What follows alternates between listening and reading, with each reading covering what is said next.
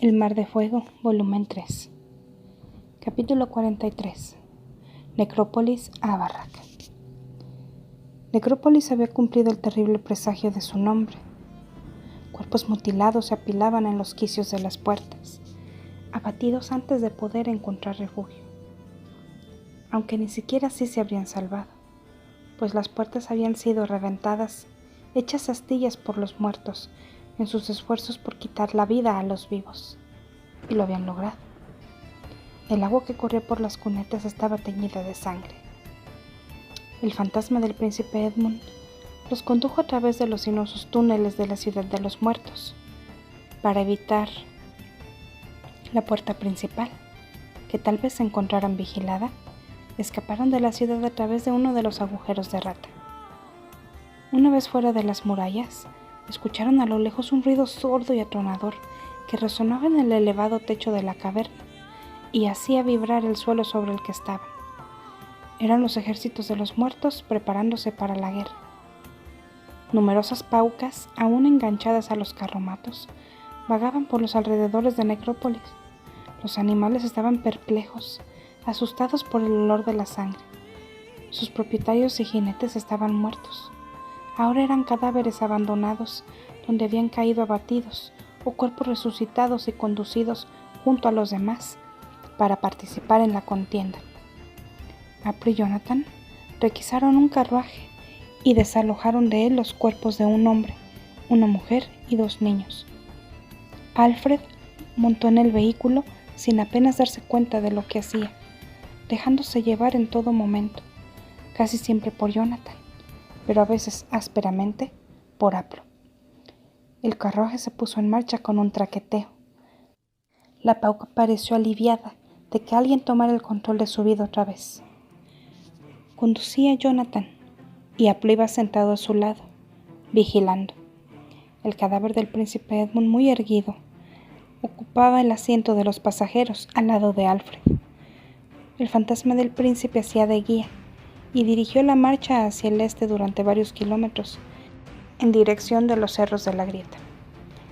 Al llegar a una intersección, el vehículo tomó rumbo al sur, hacia el mar de fuego. El perro corría junto al carruaje, ladrando de vez en cuando a la pauca para gran desconcierto de la bestia. Jonathan conducía lo más deprisa que se atrevía. El vehículo se bamboleaba y botaba sobre el camino salpicado de guijarros. A ambos lados vieron pasar a toda velocidad unos campos de hierba de caen como manchas borrosas, vertiginosas de color pardo verduzco. Alfred se agarró al costado del carruaje bamboleante, esperando verse arrojado de él o atrapado bajo sus restos volcados. Continuó la loca carrera, temiendo por su vida, algo que el patrón no podía entender, pues su existencia tenía ahora muy poco sentido. Alfred, con amargura, se preguntó en silencio qué instinto animal básico los impulsaba. Los obligaba a continuar viviendo cuando habría sido mucho más sencillo detenerse y esperar la muerte tentados. Al tomar una curva muy cerrada, el carruaje se inclinó con 2 ruedas en el aire. Alfred se vio arrojado violentamente contra el cuerpo helado del cadáver. Cuando el vehículo se enderezó, Alfred hizo lo propio, auxiliado por el príncipe con su habitual aire digno. ¿Por qué me agarro hacia la vida?, se preguntó el sartán. ¿Qué era lo que lo aguardaba al fin y al cabo? Aunque lograra salir de aquel mundo, no podría escapar nunca del recuerdo de lo que había visto, del conocimiento de lo que había sido de su pueblo. ¿Por qué tenía que correr a advertir a Baltasar? Si éste conseguía sobrevivir, seguiría buscando la puerta de la muerte y terminaría por descubrir el modo de cruzarla y de llevar el contagio de la nigromancia a los otros mundos. El propio Apple había amenazado con llevar estas artes oscuras al conocimiento de su amo y señor. Sin embargo, siguió diciéndose Alfred, el patrón no había vuelto a hacer mención del asunto desde que había descubierto estas prácticas. A saber qué pensaría ahora al respecto. Alfred creía haber visto reflejado en los ojos del patrón en ocasiones el mismo horror que él había sentido en su alma y en la cámara de los condenados. Apple era el joven sentado a su lado en la mesa. Los dos habían presenciado la misma escena. Él se resiste a aceptarlo igual que tú, dijo el príncipe interrumpiendo las meditaciones de Alfred. Este desconcertado intentó decir algo, iniciar una protesta, pero las palabras le salieron de la boca entrecortadas por el traqueteo de la marcha y estuvo a punto de morderse la lengua. Pese a todo, el príncipe Edmund la entendió. Solo uno de ustedes tres ha abierto su corazón a la verdad.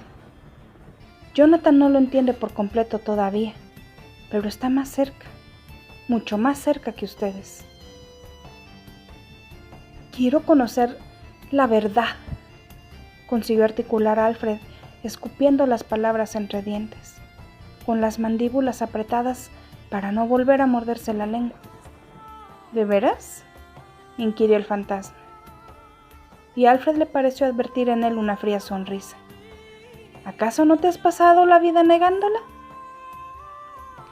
Se refería a sus desmayos, empleados conscientemente al principio para evitar revelar sus facultades mágicas, y que luego se habían vuelto incontrolables, y a su torpeza, tanto física como de espíritu, y a su incapacidad, o era rechazo, para invocar un hechizo que le habría dado un poder excesivo, indeseado, un poder que otros podían intentar usurparle, y a su permanente postura de observador, negándose a intervenir tanto para bien como para mal.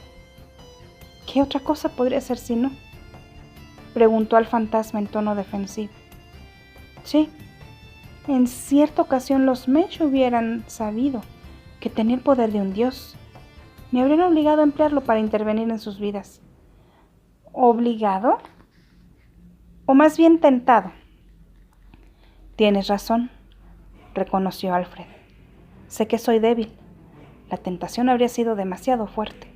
Lo fue en realidad, y cedí ante ella salvando la vida del pequeño Vane cuando su muerte habría evitado las tragedias que siguieron. ¿Por qué lo salvaste? ¿Y por qué salvaste a ese, a tu enemigo?, añadió volviendo su mirada fantasmal hacia Apple. Un enemigo que ha jurado matarte. Busca la respuesta, la auténtica respuesta en tu corazón. Te llevarás una decepción, respondió Alfred tras un suspiro. Ojalá pudiera decir que lo hice movido por algún noble ideal, por un quijotesco sentido del honor, por un valor altruista y abnegado, pero no fue así. En el caso de Vane, me impulsó la lástima, la compasión por un chiquillo criado sin amor, que iba a morir sin haber conocido un solo instante de felicidad. Y Aplo, durante unos breves instantes sé vivir en su piel, y lo comprendo. Alfred volvió la vista hacia el perro. Creo que lo entiendo mejor que él mismo. Lástima, piedad, compasión. En su estómago todo me temo, asintió Alfred. Es lo que cuenta, añadió el fantasma. El camino que tomaron estaba desierto, aunque lo habían hollado muchos pies. Parte del ejército de los muertos habían pasado por allí, dejando atrás la ciudad por las numerosas calzadas que conducían al Mar de Fuego. Tras el paso de las tropas, el camino había quedado sembrado de cascos, escudos, piezas de armadura, huesos, y aquí y allá algún esqueleto caído con los huesos hechos astillas. El grupo descubrió abandonados gran número de carretas de carga y carruajes, cuyos pasajeros habían sido asesinados o habían huido ante el rumor de la llegada del ejército de los muertos. Al principio, Alfred pensó que Tomás había dicho la verdad. Desde que habían salido de las catacumbas, no habían visto a nadie con vida, y el Sartán llegó a temer que todos en Necrópolis y en sus alrededores hubieran caído víctimas de la furia de los muertos. Sin embargo, en el trayecto hacia el Mar de Fuego, más de una vez creyó captar un movimiento furtivo entre la alta hierba de Cairn. Le pareció ver alzarse una cabeza, o intuyó unos ojos, los ojos de un ser vivo, observándolos con temor. Y aunque el carruaje pasaba demasiado deprisa como para poder estar seguro de lo que había visto, y Alfred decidió no comentarlo con los demás, Aquello abrió un pequeño resquicio a la esperanza, rasgando las sombras como la luz que se cuela por debajo de la puerta en una habitación oscura. Se sintió reanimado, aunque no estuvo seguro de si se debía a aquella nueva esperanza o a las palabras reconfortantes del fantasma. Su cerebro había recibido demasiados sobresaltos y traqueteos como para formar pensamientos coherentes, y se limitó a agarrarse del lateral del vehículo con ceñuda determinación. La vida tenía un sentido y un propósito. Alfred aún no estaba seguro de cuáles eran, pero había decidido al menos seguir buscando. El carruaje se aproximó al mar de fuego y al peligro. Al llegar a lo alto de una pendiente, Alfred contempló a sus pies los embarcaderos.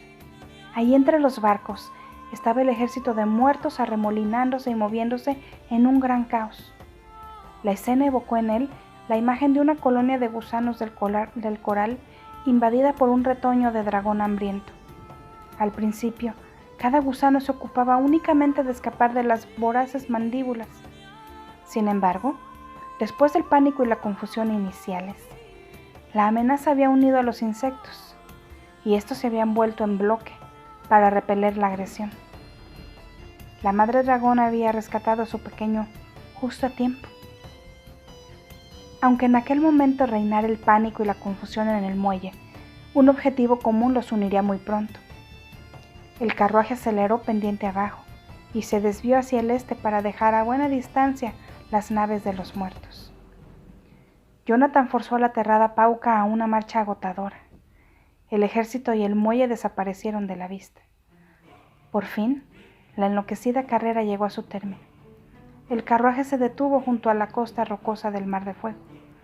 La Pauca se derrumbó en el suelo con los arreos aún puestos, jadeando pesadamente. Delante de ellos, el vasto océano de magma incandescente despedía su fulgor rojo anaranjado, cuya intensa luz se reflejaba en la brillante superficie negra de las estalactitas que descendían en espiral desde el techo de la caverna.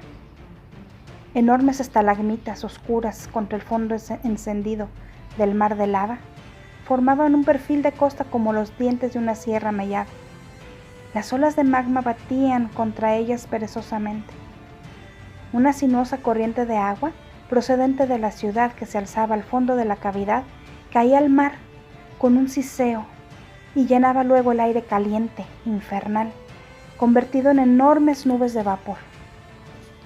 Los vivos y el muerto se detuvieron cerca de la playa y observaron el mar, apenas visible a lo lejos. Alfred creyó distinguir la otra costa. Creí que habías dicho que aquí encontraríamos una embarcación. Alfred dirigió una mirada torpe y cargada de suspicacia al cadáver del príncipe. Dije que les mostraría un modo para cruzar al otro lado. Lo corrigió Edmund. Nunca hablé de ninguna embarcación. El fantasma alzó un brazo blanco, luminoso, y señaló algo con un dedo etéreo. Al principio, Alfred pensó que Edmund se refería a que usaran su magia para cruzar el mar llameante. No puedo, murmuró el sartán abatido. Estoy demasiado débil. Tengo que emplear casi todas mis energías solo para seguir vivo. Hasta entonces, Alfred no había experimentado jamás el peso de su propia condición mortal. No había advertido nunca que sus poderes tenían límites físicos.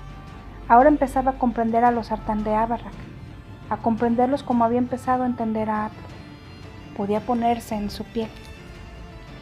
El fantasma no dijo nada, pero Alfred creyó ver de nuevo la sombra de una sonrisa en sus labios translúcidos. Su dedo seguía alzado. Un puente, dijo Apple. Hay un puente. Sartán. Alfred estuvo a punto de exclamar como de costumbre Sartán bendito, pero las palabras murieron en sus labios. Nunca volverían a utilizar aquella fórmula, al menos no sin pensarlo a fondo. Cuando Apple lo había señalado, Alfred distinguió el puente. Si realmente merecía tal apelativo, pensó. En realidad, no era más que una larga hilera de grandes peñascos de formas extrañas, que como por casualidad se extendía en una línea recta que llegaba de una costa a otra del Mar de Fuego. Era casi como si una gigantesca columna de roca hubiera caído sobre el magma y sus restos formaran un puente. «Es el coloso caído», dijo Jonathan asintiendo. «Pero antes estaba en mitad del océano». «Eso era antes», comentó el príncipe, «pero el mar se está encogiendo y ahora se puede alcanzar y utilizarlo para cruzar». «Si es que tenemos valor para hacerlo», murmuró Aplo y acarició al perro rascándole la cabeza. «Aunque eso, ¿qué más da?». Con un pestañeo miró a Alfred. «Como tú has dicho, Sartán, no tenemos alternativa». Alfred quiso responder, pero le ardía la garganta. La boca se le había quedado seca y solo pudo contemplar el puente roto, con las enormes brechas entre los fragmentos de la columna caída, el mar de magma que fluía debajo. Un resbalón, un paso en falso. «¿Y qué ha sido de mi vida?», se preguntó Alfred con desconsuelo. «Sino una serie interminable de resbalones y pasos en falso». Descendieron entre los peñascos hasta la orilla del mar. El camino era traicionero. Manos y pies resbalaban sobre la roca húmeda y una espesa niebla flotaba ante sus ojos, impidiéndoles la visión. Alfred entonó runas hasta quedarse afónico y casi sin aliento. Tenía que concentrarse para dar cada paso, para asirse a cada saliente. Cuando al fin llegaron a la base del coloso caído, él estaba agotado, y la parte más difícil aún no había comenzado. Hicieron un alto junto a la base para descansar e inspeccionar el camino que les esperaba. Las pálidas facciones de Jonathan brillaban de sudor, y el cabello le caía en húmedas greñas junto a las sienes. Tenía los ojos hundidos y rodeados de oscuras sombras. El duque se pasó la mano por la boca. Asomó la lengua entre los labios cuarteados. El ataque de los lázaros les había impedido aprovisionarse de agua. Y miró a la otra orilla como si fijara un extremo de su voluntad en aquel oscuro horizonte con la intención de utilizarlo como maroma a la que sujetarse en su avance. Aplo se encaramó al primer segmento del coloso, hecho pedazos, para examinar la piedra bajo sus pies. Aquel primer fragmento, la base, era el más largo y sería el más fácil de cruzar. Poniéndose en cuclillas, observó la roca con curiosidad y pasó la mano por ella. Alfred permaneció sentado en la orilla, jadeante, envidiando la fuerza y la juventud del patrín. Aplo le hizo una seña. «Sartán», dijo en tono perentorio, «me llamo Alfred». Aplo alzó la mirada, frunció el entrecejo y masculló. «No tengo tiempo para tonterías. Veamos si eres útil, por una vez. Ven a echarle un vistazo a esto». Todo el grupo trepó al coloso. Arriba era tan ancho que se podría haber colocado en él 3 carretas de carga atravesadas y aún quedaría espacio para un par de carruajes por cada lado. Alfred se arrastró por él con la misma cautela que si fuera la rama de un pequeño árbol Hargast, tendido sobre un torrente de aguas bravas. Cuando se acercó a Aplo, el sartán resbaló y cayó de 4 manos sobre la roca. Cerró los ojos y hundió los dedos en la piedra. «No ha sido nada», dijo Aplo hastiado. «Maldita sea, tendrías que ser el colmo de la torpeza para caerte aquí. ¡Abre los ojos, estúpido! ¡Mira! ¡Mira eso!». Alfred abrió los ojos y miró a su alrededor temeroso. Estaba muy lejos del borde, pero tenía muy presente el mar de magma que fluía debajo de él, y aquel pensamiento hacía que el borde pareciera mucho más próximo. Apartó la mirada del flujo viscoso de color rojo y miró la roca bajo sus manos. Signos mágicos grabados en la roca. Alfred olvidó el peligro y sus manos siguieron amorosamente las antiguas runas talladas en la piedra. ¿Pueden ayudarnos de algún modo esas runas? ¿Sirve todavía para algo su magia?, inquirió Aplo en un tono de voz que daba a entender que aquella magia no había servido nunca de gran cosa. Alfred movió la cabeza en gesto de negativa y respondió: «No, ya no puede ayudarnos. La magia de los colosos estaba destinada a proporcionar vida, aportar vida desde este reino inferior hasta las cavernas y territorios de más arriba. El cadáver de Edmund levantó la cabeza y sus ojos muertos contemplaron otra tierra que tal vez podían ver con más claridad que esta por la que el príncipe se desplazaba ahora. La expresión del fantasma se hizo lúgubre y triste. Ahora, esa magia se ha roto. Alfred exhaló un profundo suspiro. Miró atrás, hacia la costa, y contempló los bordes quebrados, mellados de la base de la columna. Y el coloso no cayó por accidente. Es imposible que así fuera, pues su magia lo habría impedido. El coloso fue derribado deliberadamente, tal vez por quienes temían que estuviera absorbiendo vida de Necrópolis para transportarla a los reinos de más arriba. Fuera cual fuese la razón, su magia se ha desvanecido y no podrá ya ser renovada. Igual que aquel mundo, el mundo de los muertos. ¡Miren!, exclamó Jonathan. Su rostro y sus ojos reflejaban el calor del fuego. A duras penas, distinguieron a lo lejos las primeras naves que se separaban de la costa. Los muertos habían iniciado la travesía. Capítulo 44. Mar de Fuego, Abarrak. Echaron a correr por la columna cubierta de runas lo más aprisa que se atrevieron. Tenían una ventaja sobre las naves, ya que el menguante Mar de Fuego tenía en aquel punto su menor anchura, y por tanto estaban mucho más cerca de la orilla opuesta que Cleitus y su ejército. La visión de las naves les dio renovados ímpetus y energías. Aunque los signos mágicos hubieran perdido su poder, los surcos de las runas les proporcionaban un terreno firme y una buena tracción para avanzar por la resbaladiza superficie. Y entonces llegaron al final del primer fragmento. Un enorme precipicio en forma de V separaba la base del coloso caído del segmento siguiente. Entre ambos se agitaba el mar de magma, turbulento entre los bordes mellados y cortados a pico. «No podemos cruzar eso», dijo Alfred observando el abismo con abatimiento. «No, aquí arriba es imposible». Aplo calculó la distancia con la vista.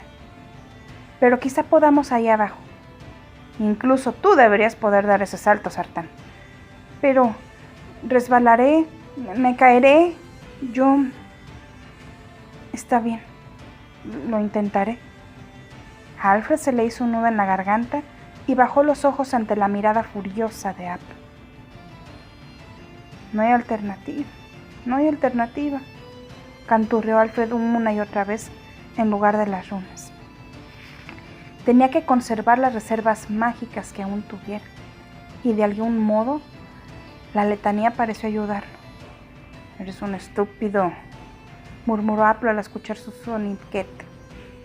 El patrín se detuvo al fondo de la hendidura con las piernas separadas, en perfecto equilibrio sobre unos accidentados estratos de roca, como un gato. Agarró por el delgado antebrazo a Alfred y trató de calmar al tembloroso Sartán. «Ahora, salta al otro lado». Alfred miró atemorizado al otro lado de lo que le pareció un brazo inmenso de lava turbulenta. «No», se resistió a avanzar. «No puedo. Jamás lo conseguiré. Yo...» «¡Salta!», rugió Aplo. Alfred flexionó las rodillas y de pronto se encontró volando por los aires impulsado por un violento empujón desde detrás. Agitando los brazos como si volara, aterrizó pesadamente en el borde de un saliente rocoso a 30 palmos por encima del mar de lava y empezó a resbalar. Sus manos buscaron a tientas un asidero, pero bajo sus dedos se desmenuzaron unos guijarros. El sartán caía, resbalaba hacia el magma del fondo. «¡Agárrate!», gritó Jonathan frenético. Alfred alargó la mano desesperadamente hacia un fragmento de roca que sobresalía del farallón. Cerró los dedos en torno a él y consiguió detener su caída. Tenía las manos sudorosas y empezó a resbalar de nuevo, pero sus pies encontraron un punto donde apoyarse y logró detenerse. Con los brazos y las piernas doloridos del esfuerzo, consiguió encaramarse al saliente y se quedó allí, encogido, tiritando de la impresión, sin atreverse a creer que se había salvado. No tuvo tiempo de relajarse, Antes de que supiera qué estaba sucediendo, Jonathan salvó la hendidura de un salto, ayudado por detrás por los brazos infatigables de Aplo. El joven duque aterrizó con gracia y tranquilidad. Alfred lo agarró y lo ayudó a sostenerse. Aquí no hay espacio para los dos. Sigue hacia arriba, le dijo Alfred. Yo esperaré aquí. Jonathan inició una protesta. Alfred señaló hacia adelante. El borde superior de la columna sobresalía del precipicio, formando otra repisa, esta por encima de sus cabezas. Sería preciso unos brazos muy fuertes para encaramarse a aquel saliente. Jonathan miró, entendió la situación y empezó a escalar hacia la cima. Alfred lo observó unos instantes inquieto y se sorprendió profundamente al descubrir al cadáver de Edmund en el mismo saliente que él ocupaba. El sartán no logró comprender cómo había conseguido saltar el príncipe muerto. Solo pudo suponer que el fantasma había ayudado al cuerpo a hacerlo.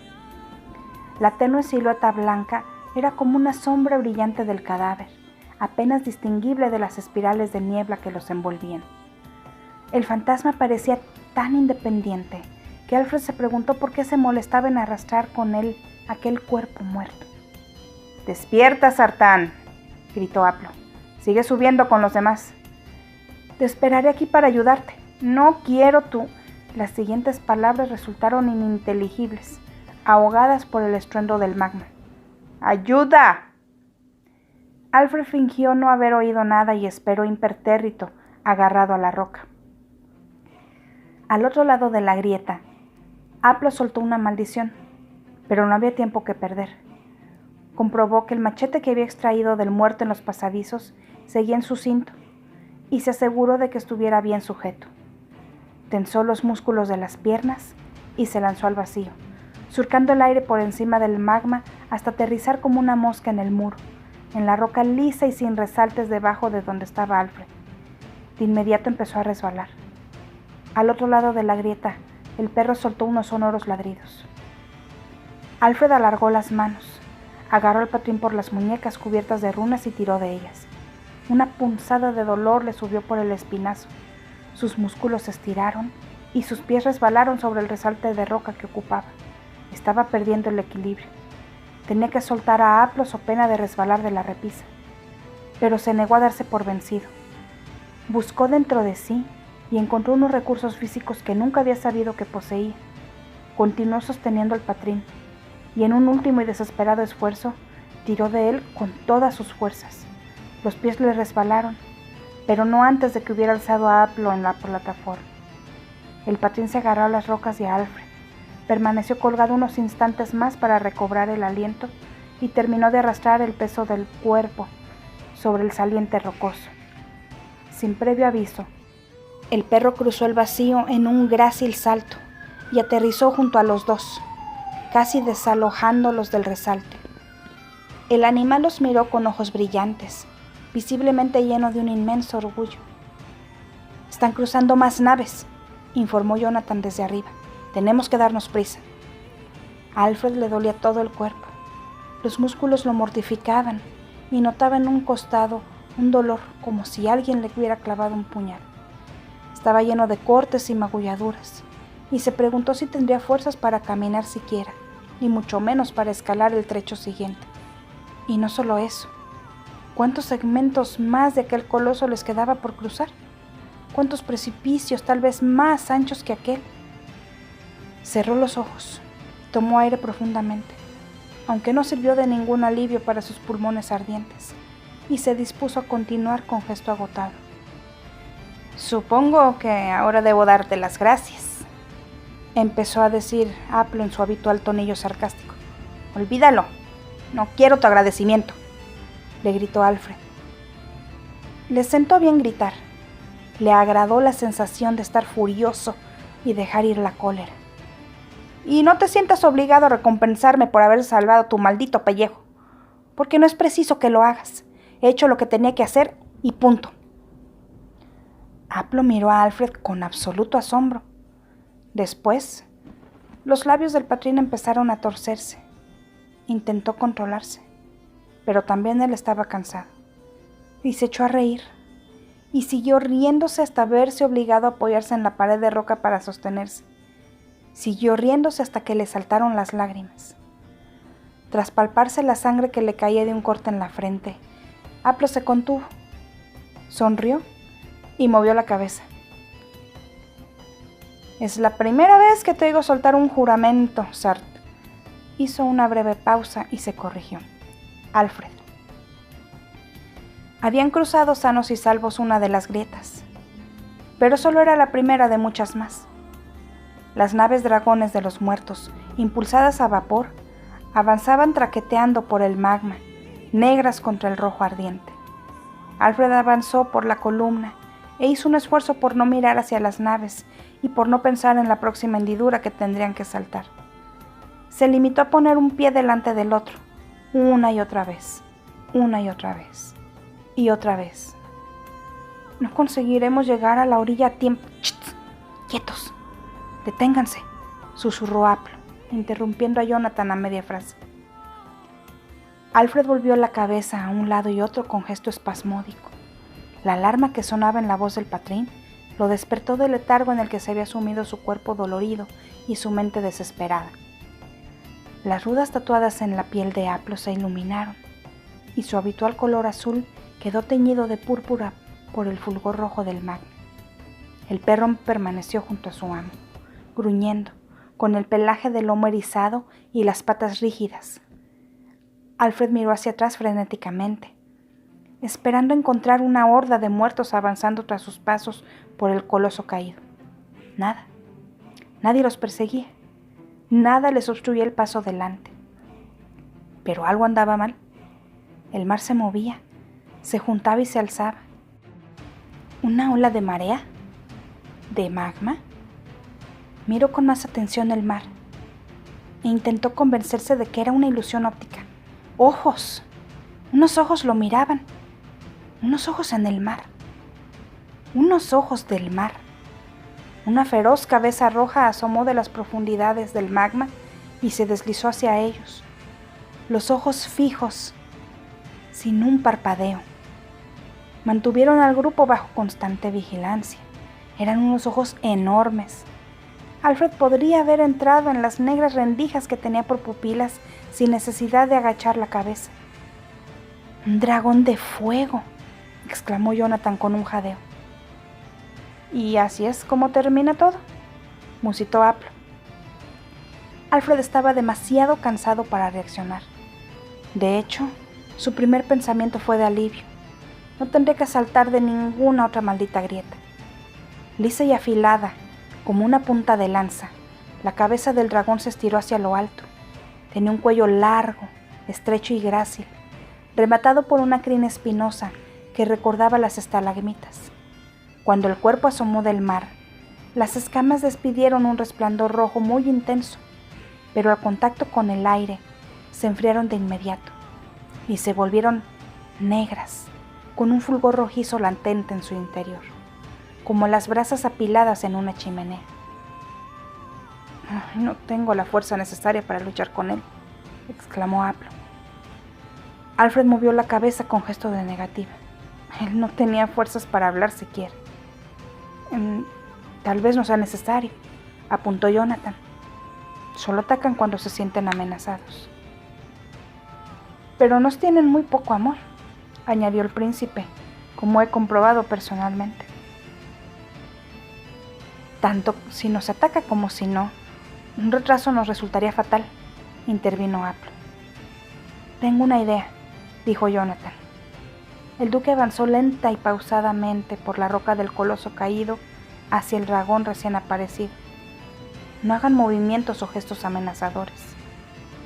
El inmenso dragón lo miró, pero sus ojos como ascuas mostraron mucho más interés por el fantasma del príncipe. «¿Qué eres tú?». La bestia se dirigía al príncipe, sin hacer caso de Jonathan ni del resto del grupo que ocupaba la columna derruida. Aplo le puso la mano en la testuza al perro, ordenándole silencio. El perro se estremeció, pero obedeció a su amo. «No he visto nunca nada como tú». Las palabras del dragón eran perfectamente inteligibles, muy claras, pero no eran pronunciadas en voz alta. El sonido parecía recorrerlo a uno por dentro, como a la sangre, pensó Aplo. Soy lo que siempre estuve destinado a ser, proclamó el fantasma. Es cierto. Los ojos como rendijas se pasearon por el grupo por unos instantes. Y un patrín también, encallado en una roca. ¿Qué más viene ahora? ¿El cumplimiento de la profecía? Estamos en una situación desesperada, señora, dijo Jonathan con una profunda reverencia. Mucha de la gente de la ciudad de Necrópolis ha muerto. Muchos de los míos han muerto también. El dragón emitió un siseo y su negra lengua asomó entre los labios. ¿Qué tiene eso que ver conmigo? ¿Ves esas naves que cruzan el mar de fuego? Jonathan las señaló. Pero el dragón no se dignó a volver la cabeza. Era evidente que sabía muy bien qué estaba sucediendo en su mar. Llevan lázaros y ejércitos de muertos. Lázaros. Las rendijas de los ojos del dragón se estrecharon aún más. Ya es bastante malo que los muertos caminen. ¿Quién ha traído lázaros a Abarraq? He sido yo, señora, repuso Jonathan, y apretó las manos, con los dedos entrelazados, guardando el dolor para sí. Entonces, no tendrás ninguna ayuda de mí. Los ojos del dragón emitieron un destello de rabia. Que el mal que has traído a este mundo te lleve con él. El sartán es inocente de su acto, señora. Este ha sido consecuencia de su amor, declaró el fantasma del príncipe. Su esposa murió, sacrificando su vida por él, y él no pudo soportar la idea de perderla. Locura, pues, pero locura criminal.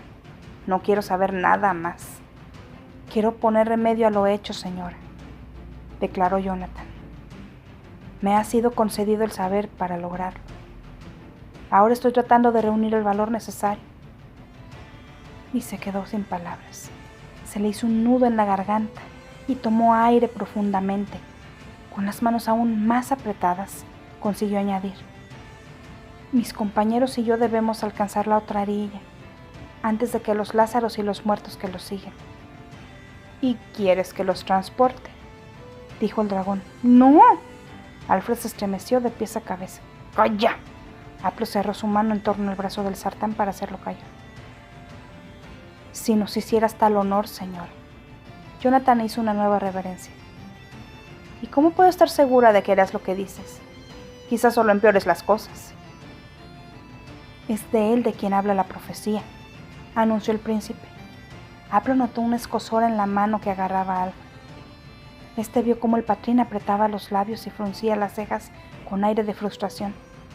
Sin embargo, el patrín guardó silencio. Su principal preocupación en aquel momento era alcanzar su nave sano y salvo. ¿Y tú estás con él en esto?, inquirió el dragón. Sí. El cadáver del príncipe Edmund se irguió, majestuoso con el fantasma por brillante sombra a su espalda. ¿Y el patrín también? Sí, señora. La respuesta de Aplo fue breve, lacónica. ¿Qué más podía decir con aquellos ojos encendidos fijos en él? Los llevaré. Dense prisa. El dragón se deslizó más cerca del coloso caído, y su cabeza y su cuello de crin espinosa se elevaron sobre las minúsculas siluetas que miraban desde abajo. Un cuerpo sinuoso y serpenteante se alzó del mar y mostró su lomo plano, con una hilera de espinas a lo largo de todo el espinazo. Detrás del cuerpo, a una distancia increíble, se podía observar el extremo de una cola espinosa chapoteando en la lava.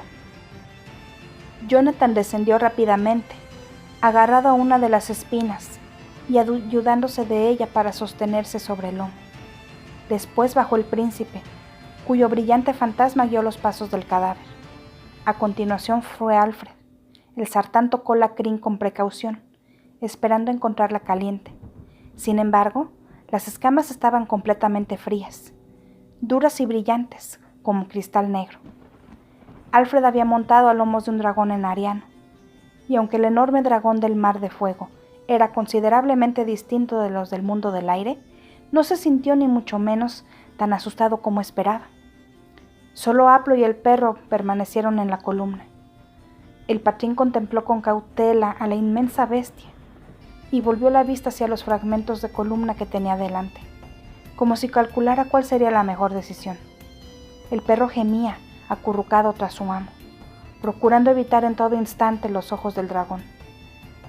Alfred sabía lo suficiente sobre el laberinto para entender el miedo del patrín, el dilema en el que se hallaba. Los dragones del laberinto eran fieras inteligentes, malévolas y mortíferas, en las que no había de confiar jamás y que debían ser evitadas en todo instante. Pero las naves impulsadas a vapor que transportaban a los muertos se hallaban ya en el centro del mar de magma. Aplo tomó una decisión y saltó al lomo del dragón. «¡Perro! ¡Aquí!», gritó acto seguido. El animal corrió en una dirección y otra junto al borde de la columna.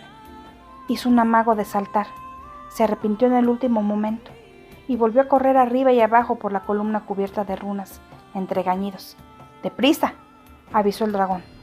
«¡Perro!», repitió Aplo haciendo chasquear los dedos. El animal se sobrepuso al temor y efectuó un salto desesperado que lo llevó directamente a los brazos de Aplo, al que casi derribó. El dragón se separó de la columna con tal rapidez que pilló a Alfred por sorpresa. Se había soltado de la crin y estuvo a punto de resbalar del lomo. Haciéndose de una espina más alta que él, se agarró a ella con ambas manos. El dragón de fuego surcó el magma con la misma facilidad con que sus congéneres de Ariano volaban por el aire.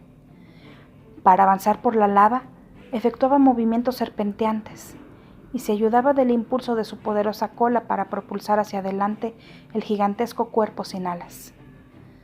El viento cálido que producía su avance echó atrás los finos cabellos que le quedaban en la cabeza a Alfred y agitó su túnica. El perro no dejó de aullar durante toda la travesía.